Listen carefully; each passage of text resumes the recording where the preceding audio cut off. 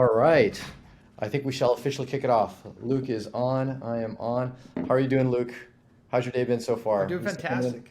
You still coming in Yeah, from beautiful Puerto Rico? that's correct. I've been here over 3 years now, and it's just amazing. My wife and 3 kids, we love it here. It's paradise. Best Yeah. tax options for crypto people in the U.S. by far, Oh, and absolutely. amazing It's the people. one loophole that's still there, and people are taking advantage of it as they should. If you can pay less money over to the government, you feel comfortable in the spot, then definitely take it. And I think when I met you, you were just kind of freshly moved over there, if I'm not mistaken. I think so. Yeah, it may have been Anarchapulco or one of those conferences down in Mhm. Mexico, and Which I'm headed you to got me actually hooked in a up with. couple of weeks. It was like Edge Wallet the first time, and you just sling me some tokens. I was like, that was one of the best wallet experiences I've ever had. What the Oh, heck? How come awesome. every other wallet is terrible compared to this? And Yeah. it was Well, super fun to come full circle and have you be involved with FIO protocol, be on the board. You've been such a champion for usability, not only in your products but just helping out the protocol as well. So always fun to hang out with you and talk with you. I can remember I think it was maybe BTC Miami. It was one of the conferences. You just mhm. kind of like took me under your wing and they're like, hey, let me go introduce you to all the cool people. And it was super fun. I really enjoyed meeting all the different people that you've been working with for so long in the space. I joined in Definitely. 2013, but not professionally. It wasn't until 2018 that I really kind of got focused on consulting, advising, things like that. And you've been part of quite a few different little projects, both in kind of the Web 2 space and what people now are calling the Web 3 space. Maybe we can kick it off with a little bit of your background and how your story of getting into FIO. Then we'll talk about this great announcement that we've got today and some of the new things coming into the FIO protocol. But yeah, let's give us a little bit of a backstory from your early days in tech, because you've been in tech what seems like your entire professional career. Yeah, I guess so. I mean, I started making websites in 1996 in high school. I graduated 2001, computer science at UPenn, and then I worked for different companies here and there doing stuff. So I saw the .com craziness, during all that. Graduated, like I said, 2001, and then I started an e-commerce company called FoxyCart. It was an e-commerce shopping cart, and that's how I got familiar with the payment space and that whole era, and connected to Bitcoin when I saw. The anonymous hacker collective starting to put it on their Twitter handles. I was like, wait, what, that's that fake internet money that you mine on your Yeah. computer? It's for real? And that was end of 2012, 2013.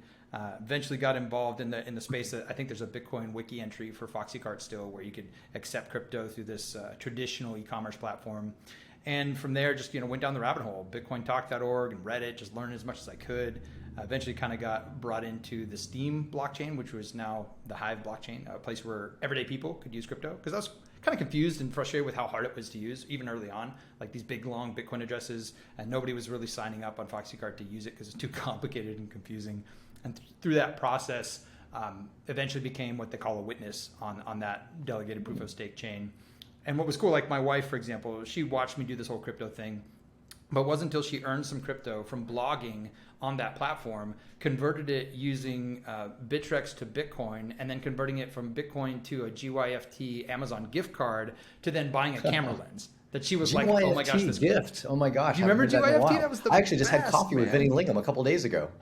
Oh no way, that's Yeah, I know we were talking fantastic. DeFi, Solana. This is before the big Solana hack that just happened a couple days ago. It Oh would yeah. have been a different conversation otherwise. But yeah, One no, of, one he's an of, OG one, legend. One of my favorite things is to meet people that have been in the space for a long time. I recently had the privilege of going to St. Kitts and Nevis with Brock Pierce, and we got to hang out with Roger Ver, and it was just so amazing to see Roger and Brock talk about like super OG stories of what it was Yeah. like, and the real version of what was going on. For example, with the Mount Gox hack and things like that, compared to what the stories were being told. And it was just such a beautiful opportunity. And again, I love that kind of stuff. Really got involved in the space, and then got recruited to be part of the EOS blockchain launch. So we Mm. worked with EOS DAC. I've been very passionate about DACs and DAOs, decentralized autonomous communities, decentralized autonomous organizations.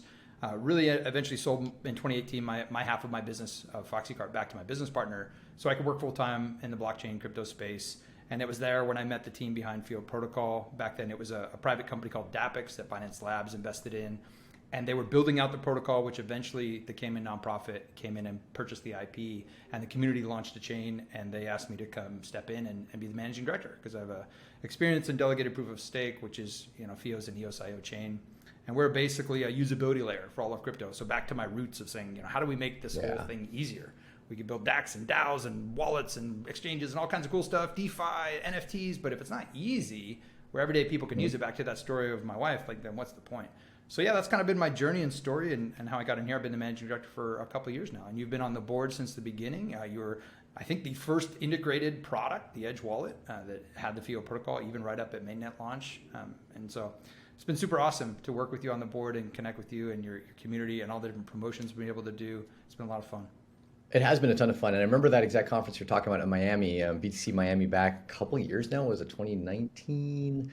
Maybe, definitely wasn't, or maybe even the very beginning of 2020, because things were still open up back then. But if you haven't already met Luke Stokes, if you go to any of the conferences, if he mentions he's going to one, he is just an epically great personality to meet and just chat with and hang out with. You're just one of the easiest guys to talk with. And unlike a lot of, I think, the people in the space, it's not about like, money go up, Lambo. You're just a genuinely good, passionate, driven person that loves crypto for what it can really do for people, right? It's not just that pure money go up. Obviously, we all have to benefit. We all get to benefit from that, but there's a greater purpose. And you're also seeing the drive and interest in, obviously, getting everyone into it. There's a lot of crypto people that are just like, well, they quote Satoshi. If you can't understand it, they don't have the time to explain it to you, right? Which actually happened to be triggered towards Dan Larimer at the time. But Yeah. you realize that, that's only going to encompass so 1-2% of the population. We need to actually deliver it in a way that's understandable for people, whether we're educating them or giving them the tools to actually use it. And so, yeah, I think we resonate in that regard. We both believe in trying to abstract some of the technology, make it easier for people to use.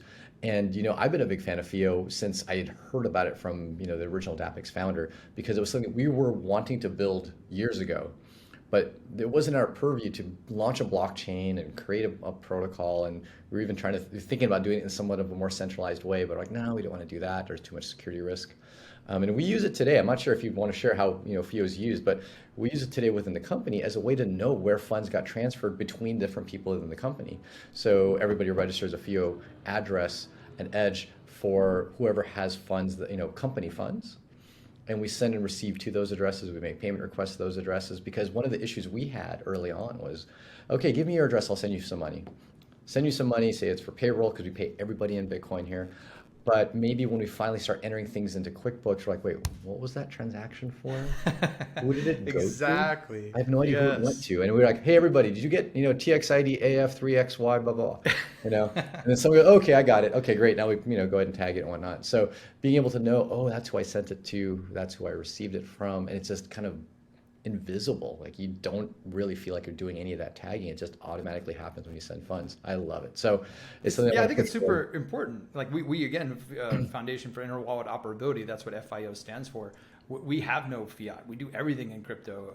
We pay the whole team in cryptocurrency, and we follow that exact process as well. We actually use Atlassian tools like Confluence and Jira, so people have their active worker proposals. Wow. We try to run as a decentralized autonomous consortia as much as possible. So people submit their payment requests in Jira as a subtask of their active proposal, and they put in their proof of deliverables, everything that's going on, and then with that they send a FIO request. And in the memo, they put WP dash worker proposal and then the worker proposal number. So it makes it very easy for me to go and track, okay, let me read their proof of delivery, and it connects the payment to what's being delivered. And early on, since very early on, we always heard, be your own bank, Bitcoin, you could be your own bank. And it's like, well, yeah, but a bank gives you a bank statement, right? And when you Yeah, have wallets exactly. and exchanges and things all over the place, I kept track of everything with a spreadsheet for so long. And now we have tools like Coinly, and there's many other tools that kind of you can connect it into and track everything. But then you're kind of giving over all your data too, and some people obviously don't really feel comfortable with that. So Yeah. I like that a FIO request. Again, Luke at Stokes, that's my crypto handle. You could send a request of payment to that address with a memo, and it ties in the exact chain code, token code with that memo, and it's an encrypted shared key, Diffie-Hellman encrypted message between the two people. So only those two people even know what's going on. Yeah, I think a lot of people who try to ask the question like, well, is this any different than like, ETH domains, .eth domains, and all the other naming services? And there's definitely an overlap there, but I think what sets it apart, which what made me very interested from the early days, was the fact that there was at least a way to transfer not just funds to a name, but to transfer metadata, whether it be a request or payment, and that metadata being fully encrypted. Like, you're not going to break that encryption. It's encrypted just as well as military grade encryption, which is just basically AES 256. But to have that and achieve the user experience of a Venmo, but with the privacy that cryptocurrency people actually care about. So it's kind of best of both worlds.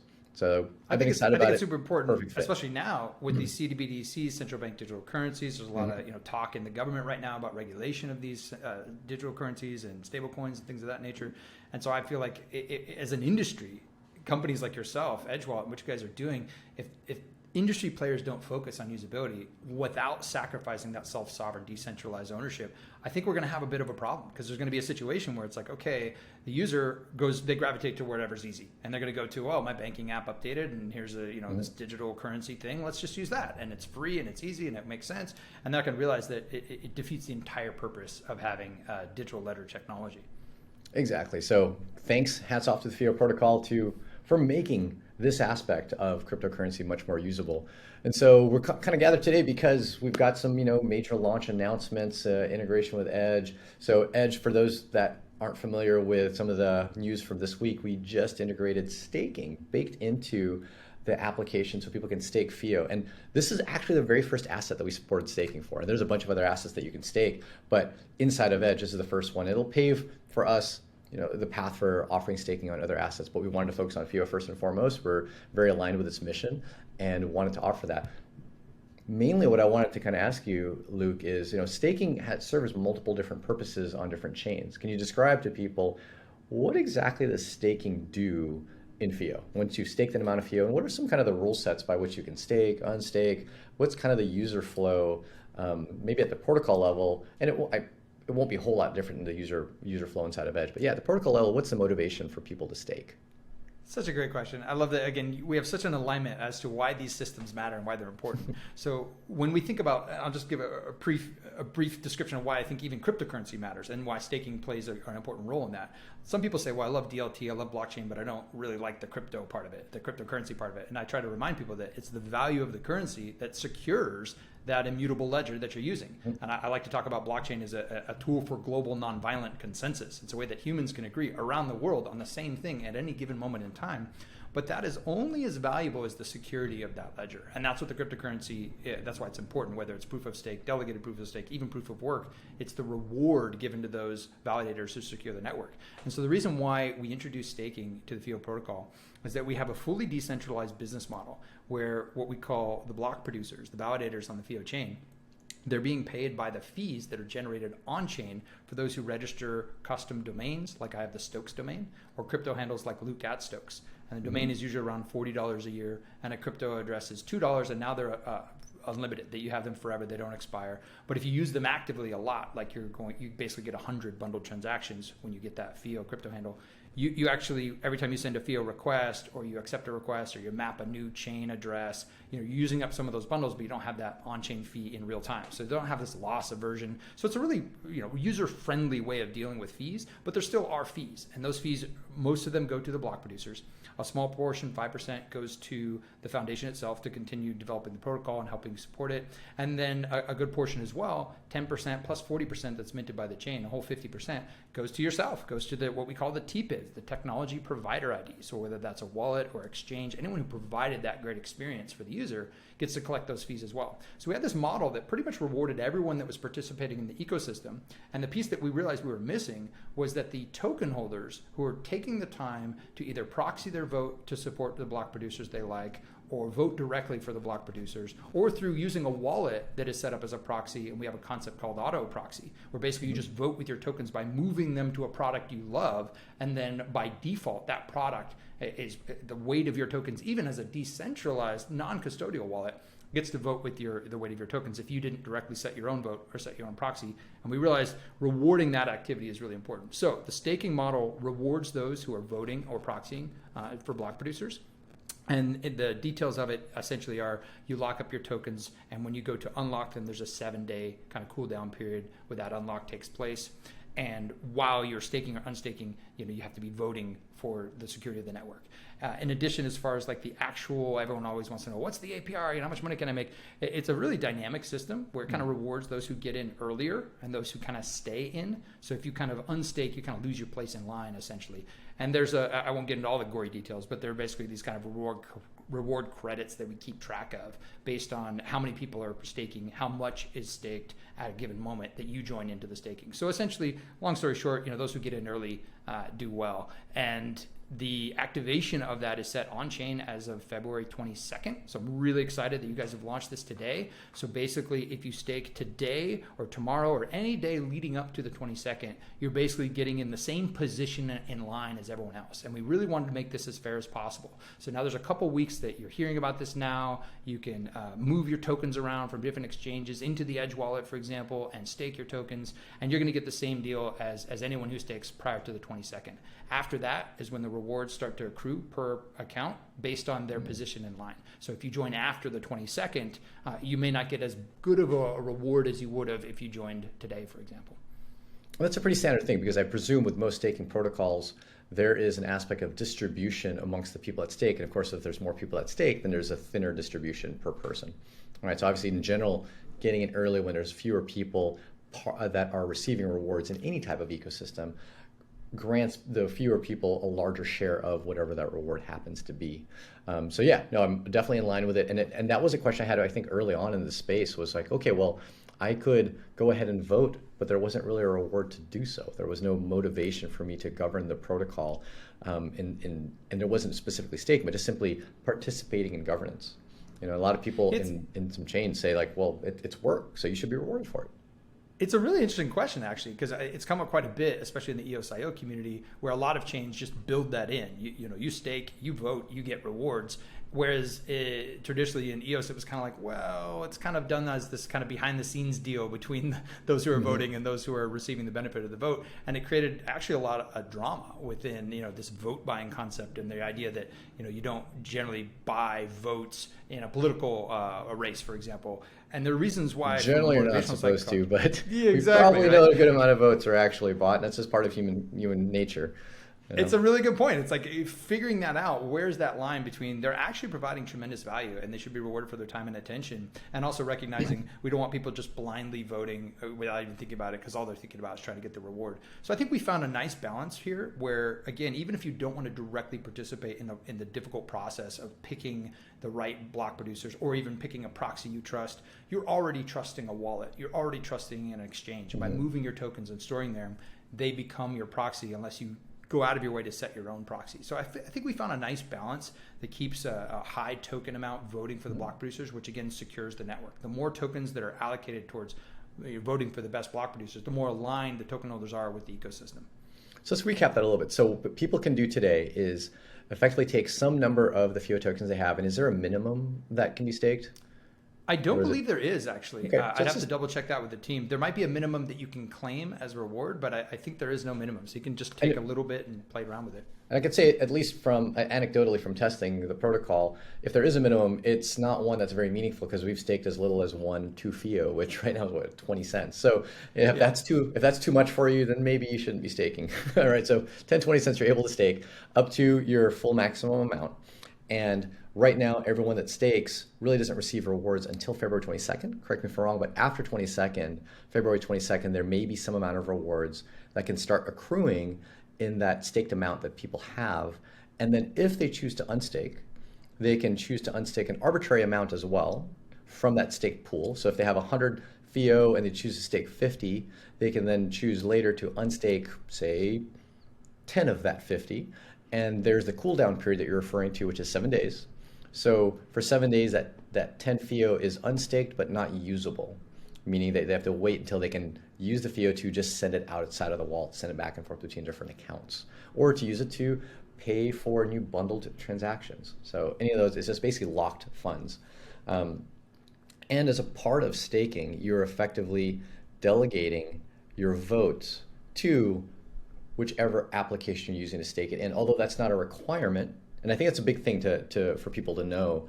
And I remember that was a heavy part of the discussion in deciding on the protocol for staking, is that yes, you need to delegate it, because if you're staking, your funds are locked. Well, they're locked for the purpose of being able to vote. So right now in Edge, if you went, or any other app that supports this, I assume Anchor was one of the first, if not only, application that did support staking for FIO early on, right? I think they were even earlier than Edge. And Anchor is kind of a multi-purpose signing wallet, kind of like it does like everything. For the EOS.io community. Yeah, so through their interface, you can just through their web portal, you can go ahead and stake there today. And actually, one small correction is that rewards are kind of accruing right now, just kind of for everyone. Meaning, there's a bucket of rewards that's collecting fees, And once that 20-second deadline hits, now those rewards become available for everyone who's in the pool. So Did you guys choose a 22nd because it's Super Tuesday? It's 22222, which is kind of fun. On a Tuesday. Do you know it's on a Tuesday too? It's super fun. Yeah, it's Super Tuesday. It's a special day. I don't know what's going to happen. It is a very special day. We're actually hosting a meetup on that day. So not related to FIO, but we have an on-site meetup here at our offices on Super Tuesday. But anyway, going back to FIO. So there's the cool down period. People are accruing FIO kind of staking rewards right now as the funds are staked. But the earliest that they can actually gain the rewards is if they unstake after the 22nd. Correct. Yep. Got it. And then they are delegating their vote to whichever wallet provider, such as Anchor or Edge, that they're using, unless they choose themselves using some more advanced tools to they themselves vote. Right. And so What would the tools, so let's walk through, like, what would a user do if they wanted to say, no, I don't want to delegate my vote to Edge, I want to do it myself, even though I'm using Edge to send and receive FIO and I've registered a name at Edge. What can they do to actually vote themselves? Because admittedly, even though it would be nice to have the power to vote and accumulate that power to vote, we really want people to make decisions on their own. So what can people do to actually do their own voting if they've got their funds staked? That's a great question. It kind of leads into some other stuff we can talk about as far as like new features that are coming down the road for the protocol that we're working on. So what you can do today, you mentioned Anchor. Anchor is a great wallet by Greymass for the whole EOS.io community. You can essentially export your private key, or actually in the case of Edge Wallet, manually copy it, which is great. I love how you guys are very careful about security in that regard, and add it into the Anchor Wallet. Anchor Wallet has a really good mobile experience, but you can also use their desktop experience. And then the Blocks.io Block Explorer you can log into that website using that authenticator, similar to, again, like a MetaMask type experience. And you can then vote directly for the block producers, or you can pick a proxy that you want to vote for, and then they will kind of vote for block producers on your behalf. So you can do that manually. But in addition to that, we have the FIO dashboard that we're excited about, which is a web interface for all of the FIO features. And we're going to be pushing people from the FIO dashboard as like a way to get onboarded, and then pushing them to our consortium members like Edge Wallet, and many others that are part of the protocol. And so there's going to be an opportunity down the road as we iterate on that and add new features to vote there as well. Got it. And if people don't realize the value of voting, I think one of the reasons why I was bullish on the concept of delegated proof of stake and validators and EOS, even back in the EOS days, was one of the challenges that I know we saw in the cryptocurrency world was being able to connect to nodes, and nodes that could provide the information necessary for example, a user or a wallet provider to query the blockchain. And how can that be sufficiently motivated for people to run? In the Bitcoin world, people run nodes kind of their own free will. They just want to contribute to the network. Maybe it's one that they query themselves because it validates their transactions, but they're providing a service kind of at the kindness of their heart if other people are connecting that node, especially if that node provides more information, such as like an Electrum node, which has a database and makes it easier for people to query. But there wasn't a good monetary incentive. I was excited about the idea of effectively the equivalent of miners, right? And these validators, block producers, are effectively mining in a way, but it's proof of stake mining, and providing not just mining, but they're providing additional services. But those additional services couldn't really be,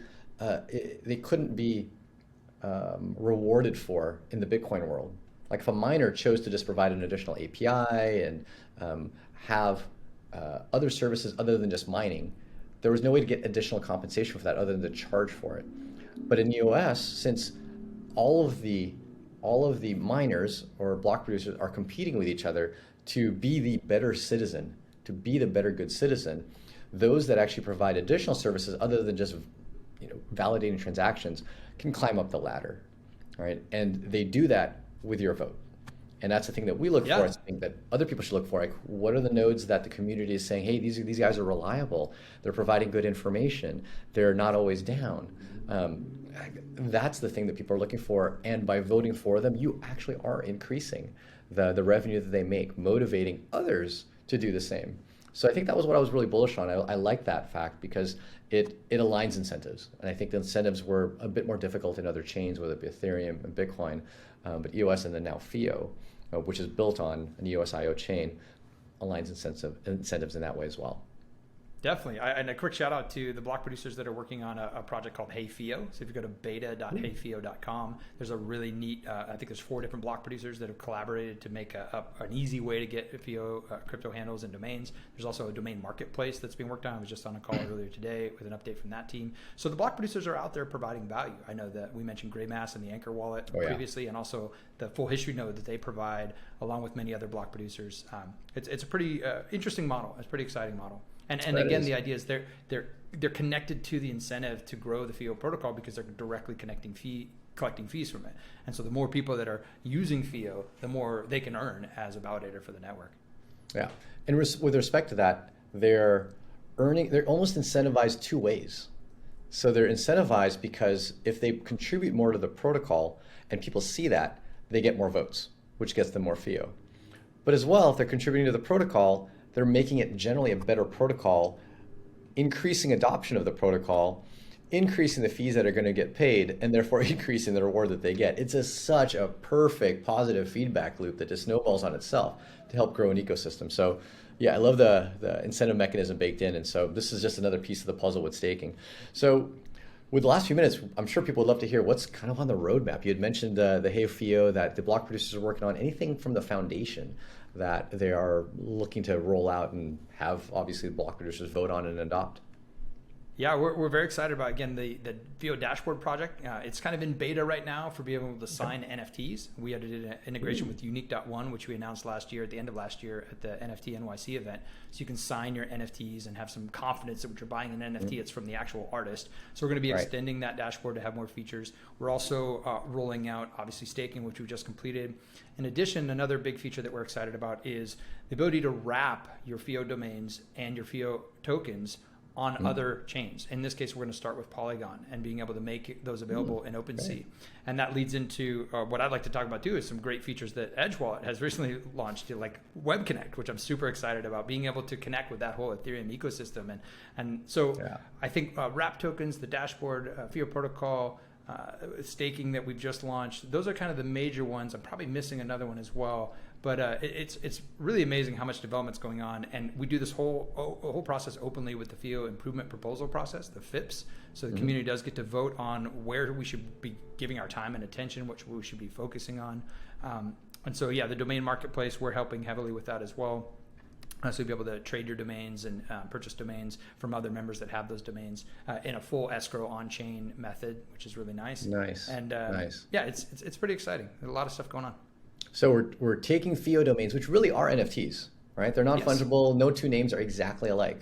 They're probably more non-fungible than actual NFTs because we're seeing NFTs getting split up, right? Partial ownership of, a Bored Ape or whatnot, or a rock. Whereas if you got that FIO domain, it's your FIO domain. If you got the name, then it's your name. Now putting that on other chains, which have a lot of the ecosystem for really marketplace use. But as well, you mentioned there's an actually on FIO marketplace that's potentially getting built. Is that true, or did I misunderstand that? That is true. That's exactly true. We have the FIO domain marketplace that is mostly done, mostly developed, mostly coded up with, again, an on-chain escrow mechanism. So you can take your domains, confidently put them as a system contract, put them in that escrow, make them available to the community, and then other people can purchase them. And that swap for FIO tokens for domains happens in a fully trusted way. So it's going to be pretty interesting for those interested in catching up, grabbing the domains that they like. Like, I'm really happy that I got the Stokes domain. All my kids, I was able to get them crypto handles at the Stokes domain. And I've let that domain be private, meaning, so in the Edge Wallet, I believe the Edge domain is open, meaning anyone can register an address on Edge Wallet. But the Stokes domain is private, and I've chosen to keep that so that That's fair. I get to control who has a crypto handle at that domain. And that is going to be really exciting to see how the domain marketplace on FIO natively, but then also wrapped on Polygon and through platforms like OpenSea, see what excitement that generates.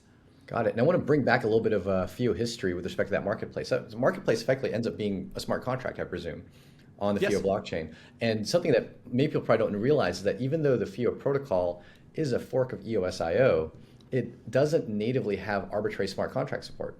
Like, people can't just go and write a smart contract and launch it on FIO. It actually is almost like a fork that the block producers have to agree to. So the block producers have to agree to this. And this is intentional because there are many other smart contract platforms, and I like how FIO really wanted to focus on what it is. A lot of blockchains are trying to compete with the existing ones. We're going to have faster, quicker, lower fee, cool new language smart contracts.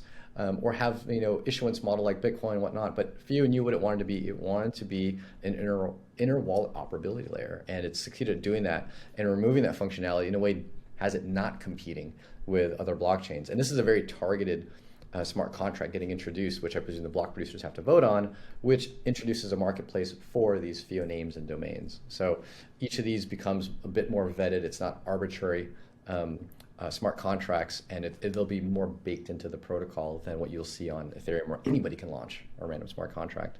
So a little bit Absolutely. Of, and that is, I think, really important. Like I've seen in the EOS community, for example, there was a contract that launched that was like mining available resources of the network. And you got paid in this token if you just basically used up the network. And so, of course, people did. And it really made the entire EOS. Skyrocketed the price of transactions on EOS. It killed a lot of the usability for some period of time. Exactly. Really, really frustrating. And so being, a very focused chain with very focused purpose. Some people, they say, well, you could almost say, well, it doesn't even matter. Just think of us as an API. Because some people are like, oh, EOS and EOS, I don't know about that and this, that, and the other. And well, it's not on my chain or this chain. It's like, well, none of that matters. You're getting this great user experience through an API that you can query. And then if you dive in deeper, you get all the self-sovereignty, the security, the decentralization, everything that you love about a blockchain. But ultimately, what matters is that great experience you're getting. And I love that example. I hope more people in the space think about how to provide a great user experience, really a centralized user experience, what people are used to, without actually sacrificing decentralization. And I hope we're providing an example for that for the industry. I hope more people think through the importance of usability. I talk often about we're about 3 to 5 years from 1 billion users coming into crypto. And some people say that might even be sooner than that. If you compare the adoption curves of the internet with the adoption curves of Bitcoin. And when I think about those users, these are not engineers building tools for other engineers, which is what mostly we've seen in the space today. These are people that are mom and pops. These are everyday people that are like, hey, I know how to use PayPal, I know how to use Venmo, and I'm expecting that level of experience when I use cryptocurrency. And I feel like we have to provide that. And FIO Protocol is working on that. I hope other protocols and other different wallets, exchanges, different crypto payment processors, they all think about this. NFT marketplaces, gaming, DeFi, they start thinking about how to make the experience easier. And we're a nonprofit organization trying to help. We'd love to hear from you if you want to integrate FIO in what you're doing. Great. So how can people find out about FIO? What domains, Twitter handles, other ways to contact you or anybody in the FIO protocol? Thank you so much for asking. Join FIO. We're hosting this on right now. Is the greatest way to get a hold of us via our social media. We also have a really active Twitter and Telegram and Discord channel. Discord is kind of our primary place where most of our team hangs out. And you can also find me at Luke Stokes. Again, I'm the managing director trying to help with the foundation, but we have a whole team of people from multiple different disciplines, from business development to marketing to working on software development. And it's a pretty exciting project. But before we make this entire thing just about FIO, why don't you tell me a little more about Edge in our last few minutes? Like, what are the latest things you guys have been working on? I mentioned Web Connect, but what are some other stuff you're excited about, and what do you have coming? So Wallet Connect was a recent feature we added, which supports, I think we've got probably support for more EVM chains, which are Ethereum virtual machine compatible chains than most apps that I can think of. But we support Ethereum. What is it? You'd mentioned launching the marketplace on Matic, Polygon. So that's supported as well. Phantom, which is a fast up and coming, very fast chain, low fee chain that we're supporting as well. And I think Avalanche just recently got added as well. And we are in the process of adding a few more different blockchains, both EVM compatible and non-EVM compatible chains. For us, FIO staking was a huge effort for our team over the past month. We've definitely went heads down on getting a lot of the new scenes. There's a whole new user flow that's never existed inside of Edge. To stake, to unstake, to look at your staking balance, notify you, blah, blah, blah. All of that was definitely a huge undertaking. And that's been a lot of our team's heads down over the past month. Going forward in the FIO staking, it's mostly just touch up, right? We always feel like, oh, there's the first implementation and then a little polish on top of it. What people have to look forward to afterwards, maybe non-FIO related, is being able to stake other assets. Right now, FIO is the first, and it laid the groundwork for us. A lot of the internal APIs within the application to allow for staking between the code that's more specific per blockchain to the UI code. So now we've laid that foundation, staking on other assets is going to be a key piece of functionality we'll add. And then even further into 2022, our biggest initiative is really, really baking in a heavy amount of DeFi. And me personally, when I have to use a Wallet Connect or a MetaMask with an external app and then Edge, even though we support Wallet Connect, I'll be honest, I'm not a huge fan. I'm not a huge fan of the user experience. I think it's a necessity in today's day and age because you just have so many different dApps. And all these dApps are really just protocols. But as a protocol developer, you have to give people the MVP interface to that protocol. Now, I think Aave, great protocol. It's amazing what they've been able to accomplish on the side of allowing people to lend and borrow. And it's replacing a lot of the centralized services. Like I think, the products that are being offered by like Celsius, BlockFi, that allow people to collateralize a loan and borrow, 100% replaceable with DeFi. 100% replaceable, but the user experience isn't quite there. So baking in all inside Edge, you'll never have to leave Edge in order to take your Bitcoin and convert it to a token on an EVM chain, collateralize it, and then sell a stable coin right into your bank account.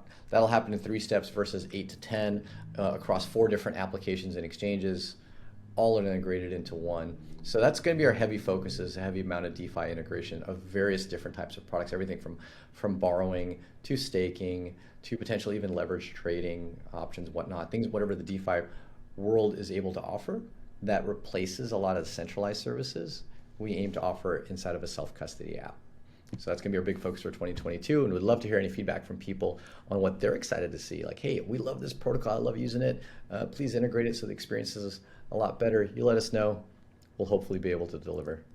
That's fantastic. And I love it that you guys have always had that sense of, I'm going to create a great experience for something without sacrificing anything. So for example, I love the way you manage your user security and passwords. You're not just sitting there going, oh, we're some custodial, holder of your keys. We all know, not your keys, not your coins. And I love, you had a conversation, I think it was about a month or 2 ago, and you were reminding people that when you take some of these tokens and send them off to some other centralized place, they can actually use those tokens, on a loan to short the value of your tokens. So it would be against your own self-interest to basically provide these tokens out there for people to short the market with.